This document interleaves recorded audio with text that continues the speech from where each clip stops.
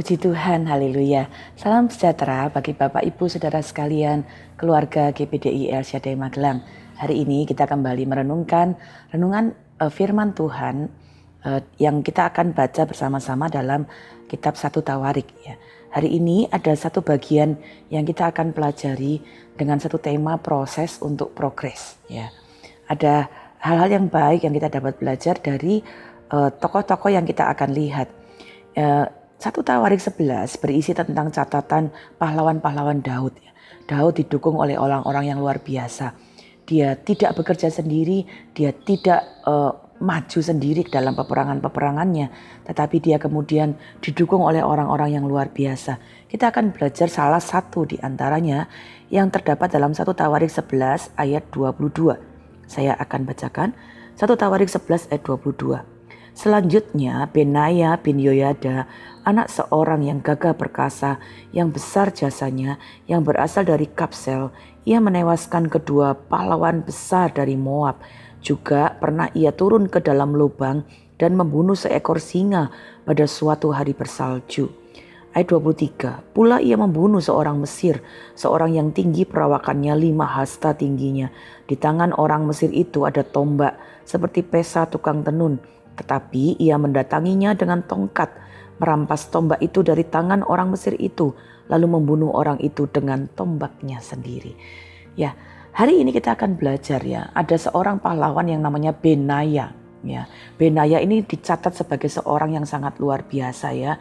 Dia seorang pahlawan yang dipakai Tuhan dengan luar biasa, dan ada satu catatan yang sangat menarik ya yang dapat kita lihat bagaimana Benaya ini menjadi seorang pahlawan yang berhasil ya. Dia punya kemajuan yang sangat luar biasa ya. Tetapi itu tidak lepas dari proses yang dia harus alami, proses yang harus dia lewati ya. Nah, bagaimana proses-proses yang kita lewati ya untuk kemudian kita dapat belajar Benaya ini menjadi seorang yang luar biasa. Nantinya kita akan lihat bagaimana kemajuan yang dia alami. Nah, kita melihat proses-prosesnya ya. Dia adalah seorang pahlawan yang memiliki hal-hal yang luar biasa. Saya mencatat 2 hal. Yang pertama, dalam prosesnya dia adalah seorang yang berani ya. Benaya ini berani, maksudnya dia keluar dari zona nyamannya. Mari kita lihat. Ayat 22 berkata demikian bagian akhir. Juga pernah ia turun ke dalam lubang dan membunuh seekor singa pada suatu hari bersalju. Ya, hari bersalju itu adalah hari yang penuh tantangan, hari yang dingin, dan bisa saja Benaya punya banyak alasan ya untuk kemudian tidak perlu susah-susah turun ke lubang, apalagi untuk membunuh seekor singa di sana ya. Itu sesuatu hal yang nampaknya tidak terlalu perlu gitu dilakukan. Tetapi kita melihat Benaya adalah seorang yang berani keluar dari zona nyamannya, keluar dari kemalasannya, keluar dari hal-hal yang membuat dia kemudian punya alasan untuk tetap berhenti. Ya Bapak Ibu, nyaman itu adalah satu situasi yang kadang-kadang kita bisa menikmatinya sampai kita enggan untuk keluar dari situ, enggan untuk melakukan sesuatu yang baru, enggan untuk menghadapi tantangan yang baru.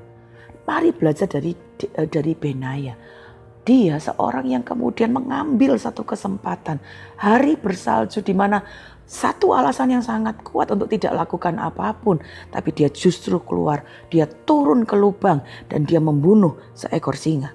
Ya, itu satu hal yang sangat luar biasa yang kita bisa belajar dari Benaya. Nah, firman Tuhan juga mengajar kita sebagai anak-anak Tuhan. Mari kita menjadi anak-anak Tuhan yang keluar dari zona nyaman kita di dalam segala hal. Ya, di dalam hal-hal yang berhubungan dengan tubuh jasmani kita. Apa yang kita kerjakan ya. Mungkin ada ibu-ibu rumah tangga yang harus berhubungan dengan banyak hal yang kita harus kerjakan. Ya, bahkan mungkin ibu-ibu tetap bekerja seperti halnya Benaya ya. Pada hari-hari yang penuh dengan kerja keras, jangan berhenti, jangan malas, jangan kita kemudian ada di zona nyaman kita. Karena firman Allah mengajar kepada kita, mari kita terus berjuang, bahkan keluar dari zona nyaman kita, melawan zona nyaman kita. Ya, ini secara spesifik saya ingin mengajak kita, mari keluar dari rasa malas. Ya, kemalasan itu membuat kita nyaman untuk tidak melakukan apa-apa. Dan firman Allah mencatat banyak hal yang perlu kita perhatikan supaya kita jangan kemudian tinggal diam di zona nyaman atau kita tinggal dalam kemalasan. Ayat Amsal 10 ayat 4 saya ingin bacakan. Tangan yang lamban membuat miskin, tetapi tangan orang rajin menjadikan kaya. Orang yang terus ada dalam zona nyaman tidak mau melakukan apa-apa. Firman Allah berkata dia tidak juga akan mendapatkan hal-hal yang berharga dalam hidupnya. Amsal 18 ayat 9 mencatat demikian. Amsal 18 ayat yang ke-9. Orang yang bermalas-malas dalam pekerjaannya sudah menjadi saudara dari si perusak. Ketika ada hal-hal yang Tuhan izinkan untuk kita kerjakan, lalu kita malas untuk mengerjakannya, firman Allah berkata itu dia jadi saudara dari perusak. Amsal 24 ayat 33 ya. Amsal mencatat cukup banyak zona-zona nyaman yang harus kita tinggalkan.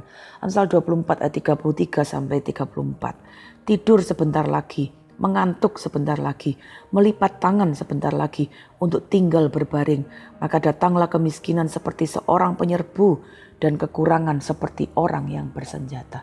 Ya, ada satu gambaran yang sangat jelas bagaimana kita jadi anak-anak Tuhan kalau mau mengalami kemajuan, mau mengalami progres. Kita jangan ketinggalan dalam proses-proses kita. Jadilah orang yang berani keluar dari zona nyaman kita. Ya, artinya jangan malas, jangan puas dengan apa yang kita sudah lakukan, tapi mari kita belajar untuk melakukan hal-hal yang baru, ya, untuk terus bekerja dengan hal-hal yang penuh tantangan, tidak berhenti dengan tantangan. Itu pada hal-hal yang bersifat dengan tubuh kita secara jasmani, dalam pekerjaan kita, di kantor, di keluarga. Ya, mari jadi pribadi-pribadi yang tidak malas. Tapi saya juga ingin mendorong dalam kehidupan rohani kita. Ya, mari jadi pribadi-pribadi yang berani. Keluarlah dari zona nyaman kita. Ya, ada bagian-bagian di mana kadang-kadang kita harus melatih diri kita dengan keras. Ya, melatih diri kita untuk keluar dari zona nyaman kita. Hari-hari ini kita ada dalam doa 50 hari. Itu bukan hal yang mudah. Ya, doa ini dilakukan untuk kita belajar menyangkal diri kita. Ya, keluar dari zona nyaman kita. Mungkin kita saat sore hari jam 6 sampai jam 5, 1 jam. Jam 6 sampai jam 7, 1 jam. Itu ada saat-saat yang kita bisa gunakan untuk istirahat, nonton TV, kita bisa makan-makan dan sebagainya. Tetapi kita sedang melatih diri kita keluar dari zona nyaman kita. Duduk di kaki Tuhan, cari Tuhan. Kita berdoa, kita menyembah Dia. Bapak Ibu, saya ingin mengajak kita berani keluar dari zona nyaman kita. Ya, untuk kita belajar memberi diri kita, mengizinkan Tuhan memproses kita, memenuhi kita dengan semua kepenuhan Allah. Dan saya percaya kita akan mengalami kemajuan-kemajuan, kebangkitan rohani, kebangunan rohani. Ya, doa puasa ini dilakukan ya dalam rangka kita mengenang kematian, kebangkitan Kristus, dan juga digabungkan dengan saat-saat kita menantikan ketuangan Roh Kudus, ya, kepenuhan Roh Kudus, ya, sehingga itu menjadi 50 hari. Mari kita gunakan bersama-sama, ya, meninggalkan zona nyaman kita untuk memberi waktu kita duduk di kaki Tuhan. Saya percaya ada berkat-berkat yang Tuhan sediakan bagi kita. Yang kedua, dari Benaya kita belajar dalam prosesnya. Dia bukan saja berani keluar dari zona nyamannya, bekerja pada saat salju, tapi dia kemudian menjadi seorang yang juga berani bertindak. Ya, dia bukan saja memiliki keberanian yang tanpa arah, ya, tetapi dia bertindaknya dengan rajin. Kita kembali ke catatan 1 Tawarik tadi, ya. Di ayat yang ke-23 kita akan melihat. Pula ia membunuh seorang Mesir, seorang yang tinggi perawakannya 5 hasta tingginya. Di tangan orang Mesir itu ada tombak seperti pesa tukang tenun.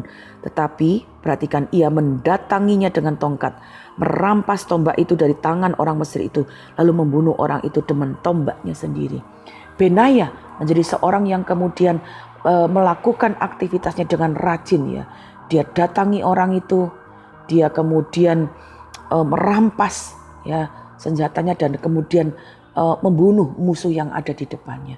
Bapak Ibu Saudara, hari ini kita juga belajar tinggalkan zona nyaman. Itu berarti kita tinggalkan kemalasan, tinggalkan keengganan. Dan apa yang kita perlu lakukan? Lakukan segala sesuatu yang dijumpai tanganmu dengan penuh kerajinan. Amsal 12 ayat 24 memberikan kita catatan demikian. Tangan orang rajin memegang kekuasaan, tetapi kemalasan mengakibatkan kerja paksa. Amsal 22 ayat 29 memberikan kita catatan demikian. Amsal 22 ayat 29. Pernahkah engkau melihat orang yang cakap dalam pekerjaannya? Di hadapan raja-raja ia akan berdiri, bukan di hadapan orang-orang yang hina. Ya, hari ini kita melihat ada begitu banyak catatan yang lain ya. Hanya saya tidak mengambilnya. Tapi dua ayat ini menjelaskan kepada kita. Ketika kita menjadi orang-orang yang juga bertindak dengan rajin. Firman Allah berkata ada berkat-berkat yang Tuhan sediakan. Sekali lagi, baik berkat secara jasmani. Kalau saudara kerja dengan rajin di kantor, kerja dengan rajin di rumah, kerja dengan rajin apapun yang dipercayakan kepada saudara. Firman Allah berkata ada berkat yang Tuhan sediakan. Apalagi kalau kita bekerja dengan rajin dalam hal-hal secara rohani yang Tuhan percayakan. Tuhan beri kita kesempatan untuk berdoa. Tuhan beri kita kesempatan untuk berpuasa, menyangkal diri. Dan kita kerjakan dengan penuh kerajinan. Kita bertindak dengan iman kita kepada Tuhan. Saya percaya Tuhan pasti memberikan berkatnya. Itu sebabnya kita lihat apa yang terjadi pada Benaya. Dia seorang yang dalam prosesnya berani keluar dari zona nyaman. Yang dalam prosesnya bertindak dengan penuh kerajinan. Tuhan benar-benar menepati janjinya. 1 Raja-Raja 2 ayat yang ke-35 mencatat demikian. Saya bacakan. 1 Raja-Raja 2 ayat 35. Raja mengangkat Benaya bin Yehoyada menggantikan Yoab menjadi kepala tentara. Sampai di situ. Ya, Benaya yang dalam prosesnya tadi kita baca dalam Tawarik, dia seorang pahlawan, dia tentara. Tapi ketika dia bertindak dengan berani keluar dari zona nyaman, bertindak dengan rajin, pada waktunya Tuhan mengangkat dia menjadi panglima tentara. Apa yang Tuhan firmankan itu digenapi. Hari ini kalau kita mau mengalami kuasa Tuhan, lewati prosesnya dengan baik dan ada progres, ada kemajuan yang kita alami dalam kehidupan kita secara jasmani dan juga rohani. Tuhan Yesus memberkati. Bapa dalam surga, kami mengucap syukur untuk firman-Mu. Dari Benaya kami dapat belajar. Ada proses-proses yang harus dialami dan dengan proses yang dia jalani dengan baik. Ada progres atau kemajuan yang luar biasa. Kepercayaan yang Tuhan berikan. Bapa, ini pun yang kami rindukan terjadi dalam kehidupan kami, keluarga GPDI El Shaddai Magelang. Tolong kami untuk belajar berani untuk ada di dalam proses-proses meninggalkan zona nyaman dan bertindak dengan kerajinan supaya ada kemajuan-kemajuan yang terjadi baik dalam tubuh jasmani maupun di dalam tubuh rohani kami. Kami berdoa untuk segala hal yang Tuhan rindukan kami kerjakan, Tuhan tetapkan dalam hidup kami. Beri kami sukacita, beri kami kekuatan, biar kami tetap ada dalam proses yang sesuai dengan kehendak Tuhan. Dan biarlah kemajuan berkat yang dari Tuhan saja menjadi bagian hidup kami. Terima kasih Bapa, kami mengucap syukur untuk kebenaran firman-Mu. Kami keluarga GPDI El Shaddai Magelang berbahagia karena pelanggaran kami Engkau ampuni. Kami berbahagia karena kesalahan kami tidak Engkau perhitungkan. Terima kasih Bapa, kami mengucap syukur di dalam nama Tuhan Yesus Kristus. Haleluya.